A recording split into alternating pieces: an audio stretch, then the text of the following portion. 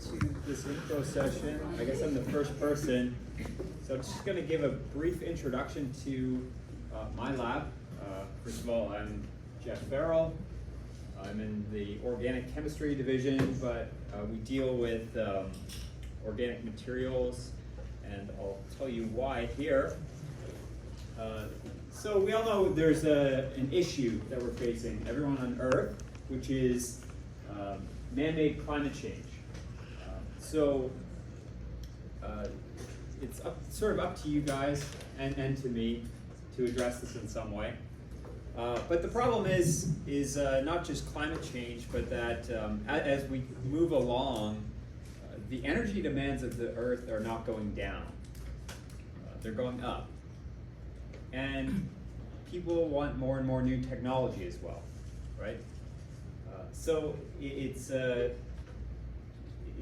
have to look in different directions than just cutting emissions. We have to look for totally new technologies.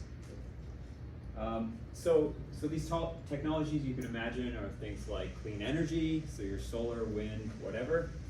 Energy storage is obviously a big issue, right?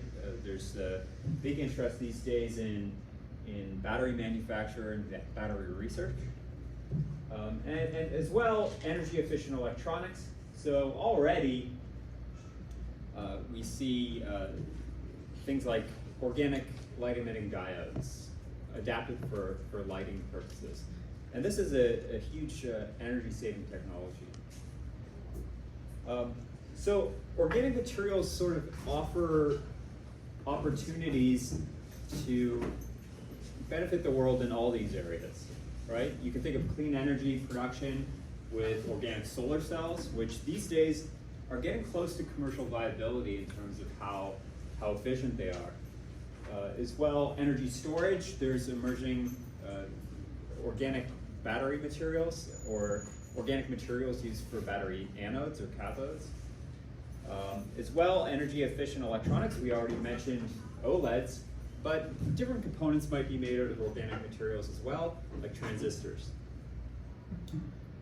So in each of these sort of organic electronic categories, they come down to organic materials, right? Organic small molecules or organic polymers. And these types of things are what we make in our laboratory up on the 5th floor. All right. So what type of structures are typically used? Well, these are pi conjugated structures. These have nice characteristics like light absorption, if you want to make solar cells, or on the flip side, light emission, right? If you want to make organic light emitting diodes, they can facilitate charge carrier transport through a bulk assembly. So if you want to make transistors or whatever, or any of the other applications. So we're at the mercy of these pi conjugated molecules, and then where do we go from there? As it stands, there are some key structures which are very successful for these organic electronics, and the typical approach is to take something that works and do some variations to try to make it work better.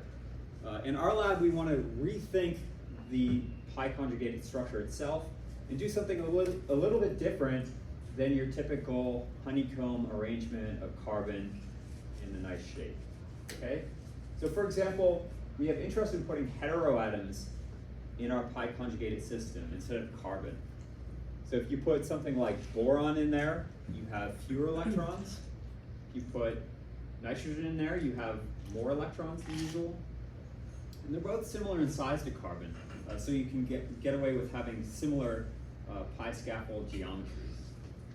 If we put boron and nitrogen, well, now we have the same net number of pi electrons in the system, but we've manipulated the electronegativity of all the atoms involved. So you have a very subtle way to influence the properties of these systems.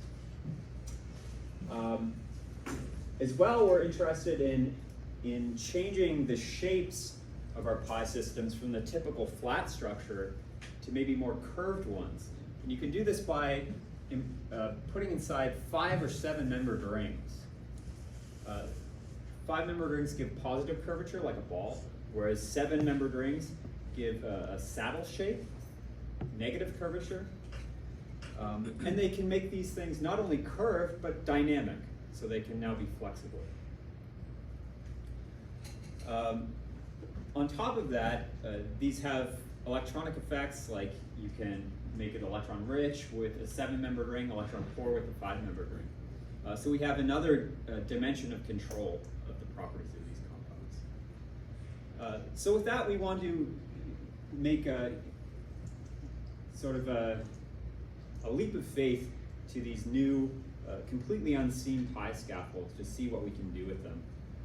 And ultimately, we'd like to see, can we apply these to some breakthroughs in organic electronics or photovoltaics, or even catalysis, or maybe see even unknown properties that no one's encountered before. So if you're interested in that type of thing, send me an email, okay? Farrell@ntu.edu.tw, and we can have a meeting to see if our research fits you, if you want to do some research in our lab. And yeah, that's it for me. So thank you.